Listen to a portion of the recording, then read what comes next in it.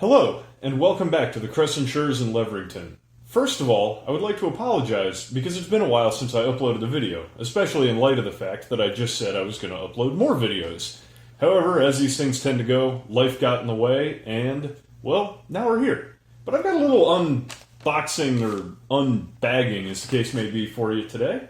As my Instagram followers might know, I was just on vacation. I was up in central Pennsylvania for a couple of days. Nice to get away for a little bit, enjoy the beautiful weather, and a great opportunity to visit English's Model Railroad Supply in Montoursville, Pennsylvania. So, let's take a look at what I bought. My Instagram account is linked in my bio, by the way, if you want to follow me over there. So the first thing I bought, I've got some polystyrene sheet, board and batten. It's got some good spacing on it. This is going to be the retaining wall that goes along my river, so I can get started on that, which I'm pretty excited about. And then once I've got that in, I can actually do a little bit of landscape and finally pour some water. I bought another Redding caboose. This is the same production as the one that I just bought at Nicholas Smith, but whereas that one was 94-111, this is 94-114. So I now have 4 Redding caboose, all separate road numbers, which once I move, I'm going to hopefully be able to build a bigger layout, and it will be a lot more advantageous to have multiple cabooses. Multiple caboose. I got some track cleaner, partly because they said this stuff is very good, and also because I've been using isopropyl alcohol, which, aside from the whole debate about whether or not it's an effective track cleaner, I can't find anywhere because of the pandemic. So let's see how that stuff goes. Next up, I've got a Microtrains boxcar. This is another one in the series that they've done, modeling the boxcars that the Redding did to sell savings bonds, I believe, in the 60s, early 70s, sort of during the Vietnam War. I think these are really interesting cars. This one has body-mounted couplers, which is a change from the other Microtrains boxcars I bought recently.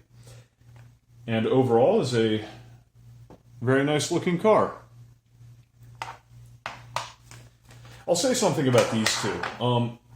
I try to buy a lot of rolling stock, secondhand, maybe on sale on eBay or through a retailer that's on sale. But when I find something that I really want, like these two cars that I'm going to pay full retail price for, I really like to get them from a vendor like English's or Nicholas Smith, a local hobby shop or a hobby shop that I go to a lot, and I like to support them that way. So that'd be those two. Got a couple more pieces of rolling stock. These were both out of the sale bin. First off is an Erie Lackawanna 52-foot gondola that apparently the lid's coming off of. 52-foot gondola, so that will go in the gondola train that I have that I will eventually fill with scrap loads. I have a whole plan for that. And also from the sale rack is the Bowser, what is this, a 2-bay hopper. And this anthracite blue coal scheme is a fantasy scheme. This one is actually, you can see it down there, that is actually named and numbered for the Redding, although they never owned any hoppers that were painted like this. I don't think anyone did. However, for $10, I thought this was a really cool piece, and Rule 1 says it's my layout. So if I think it's cool, I'm going to run it, and that's going to go in my unit coal train. A couple of odds and ends in here. I've got some metal wheels. I'm going to equip. I don't actually know where I'm going to start, but I'm going to start switching my rolling stock. I've got 50 some odd pieces, I think, so it's going to be a process, but I do want to finally start switching them over to metal wheels, so that's the start of that. This car actually comes with metal wheels and body-mounted couplers, so that's cool.